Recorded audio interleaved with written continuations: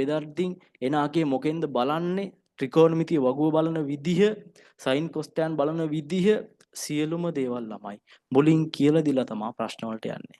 එකපාරම ගිහිල්ලා පුතේ අපි ගමු ප්‍රශ්නේ කරන්න සයින් තීටා සමානයි මේක කොස් තීටා සමානයි මේක එහෙම පුතා පිස්සු නටන්න නැත. මොකද මම දන්නවා මම හිතන්නේ මේ සියලුම දරුවෝ බිඳුවේ ඉන්නේ කියලා. මොකද ගොඩක් කට්ටියට දැන් මේ වෙනකොට වැඩේ ඇනිලා වෙලාවක් නැහැ වැඩ කරගන්න. වැඩ කරන්න හිතෙනවා. වැඩ කරන්න හිතෙනවා. පිළිවෙලට හදාගෙන වැඩක් කරන්න කාලේ මදි. බයයි. ඇත්ත කතාව ඒකනේ. දැන් මේ වෙලාව වාට මාර මොරාල් එකක් තියෙනවා. හරිද? මට වැඩ කරන්න ඕනේ කියලා. හැබැයි පුතේ මොකද්ද ප්‍රශ්නේ? පිළිවෙලට දවසක් ප්ලෑන් කරලා ඒක කරන්න බෑ ළමයි. දවසක් ප්ලෑන් කරලා දවසම ඉඳගෙන දවසම ඉඳගෙන වැඩේ ලියා ගන්නවා. මං ගණන් වල මෙන්න මේ පාඩම් අපාස් පේපර්ස් කෙටි ප්‍රශ්න. ඒත් පුතා පහුවද දැන් කරන්න ගන්නකො. අනිවාර්යෙන් සිංහල රචනාවක් හරි පුතේ දවස් ඉස්කෝලෙන් ලියන්න කියනවනේ පැය දෙකක් තුනක් අරගෙන. ඒතර එදාට ගණන් වැඩි කරන්න බෑ. හරිද? මොකක් හරි සබ්ජෙක්ට් එක වෙන වැඩක්. සෙට් වෙන්නේ නැද්ද ළමයි? සෙට් වෙනවනේ. එහෙම මගේ පුතාලා කොච්චරවත් ප්ලෑන් ගහනවා මම දන්නවා. ටයිම් ටේබල් ගහනවා මම දන්නවා. හරිද? කොච්චර කරත් ළමයි පහුවදා ඉඳන් වැඩේ වෙන්නේ නැහනේ. මම බොරුද කියන්නේ. Tamanට මැසේජ් එකක් දාන්න බලන්න Zoom එකට අනිත් දරුවෝ මට වෙනම දාලා තියන්න YouTube දරුවෝ. එහෙම වෙලා නැද්ද ළමයි? පොඩ්ඩ මැසේජ් එක දාන්න බලන්න.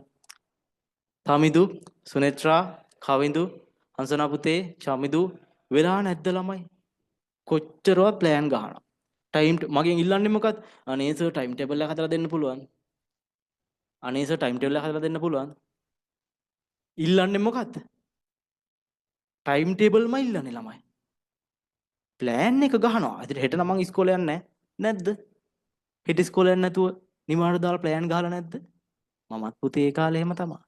නිමාඩු දාලා පොත් අරගෙන කොළ අරගෙන ප්ලෑන් ලියනවා ළමයි අපි. හරිද? මාස්ටර් ප්ලෑන් ගන්න. දවසයි දෙකයි පුතේ ඉස්කෝලේට යනවා. පන්ති වල සුපුරුදු පරිදි යනවා. ආයෙත් පුතේ අර රේල් පාරෙමයි දුවන්නේ.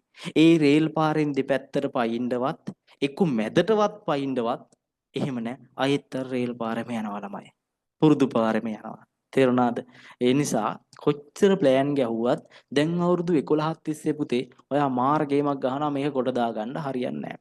ඒ නිසා අවසාන තීරණය තමයි අපි සර්ත් එක්ක වැඩ කරලා රැය තිස්සේ හරි මහන්සි වෙලා සර්ත් එක්ක වැඩ කරලා මේක කොට දා ගන්නවා කියන එක ළමයි. හරිද? තේරෙනවද ළමයි?